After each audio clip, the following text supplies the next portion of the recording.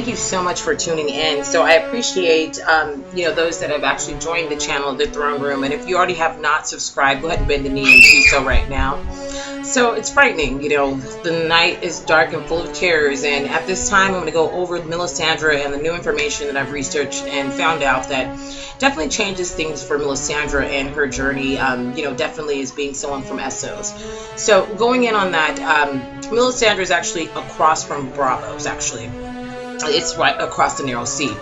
And if you notice, they both talk the same, Jaqen Hagar, and also herself. Now, I haven't seen anybody that's related to Melisandra, obviously because she's so old. The question is how old is Jaqen Hagar?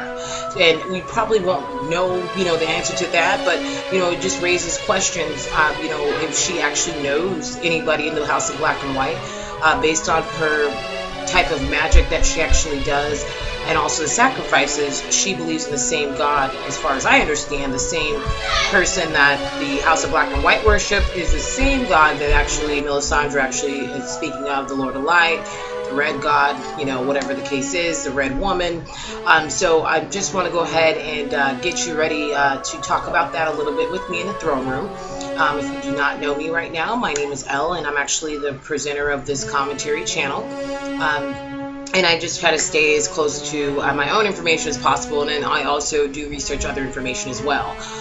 So I just want to talk about the spot that happened of Gendry. Now, they did spot him in Belfast this last coming week, so that changes everything for the Game of Thrones series and where it might go. So in this series, actually, we'll find there is a section for Gendry, as well as another section just kind of going over a little bit more about the House of Black and White and also the Faceless Men.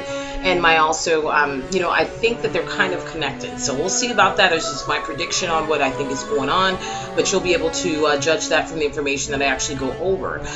So the first thing I want to go ahead and talk about is Melisandra being more than just a small player in the Game of Thrones. Now, if you notice, there was actually a scene where herself and also Gendry were in the same room, and she didn't do the same ritual that she did with Stannis Barrathian, which was kind of strange. And he liked her. You could see he was like, wow, I'm getting ready, I'm going to do my thing. And then nothing really happened. She did lay some leeches on him and, put them on him and then threw him in the fire.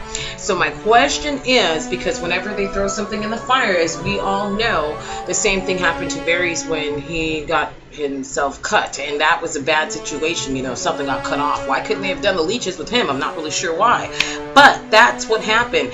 And so in this case, I think what happened in that situation is that these people supposedly, I'm going to say, well, let me wait for that. I'll tell you that later. But the way I want to go about this is that basically the three leeches, one represented Joffrey Baratheon, Renly Baratheon, and also Robert Stark. All of those people are not alive anymore. So, Joffrey was one person that was on Arya's list.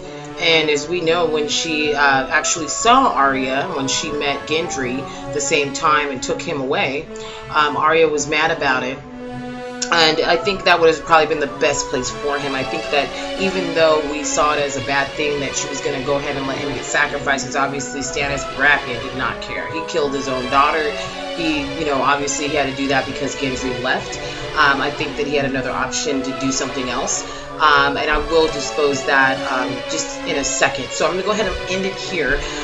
We will go ahead and continue on to the next section, which will include Stannis Baratheon and what I think happened in that room when she laid the leeches on top of Gendry. And just going in a little further on, just a little bit more on what I think, the reason why. I don't want to leave you hanging completely, but how do we know that Melisandre is actually not someone that was supposed to actually take out Stannis? You have to think about it that way.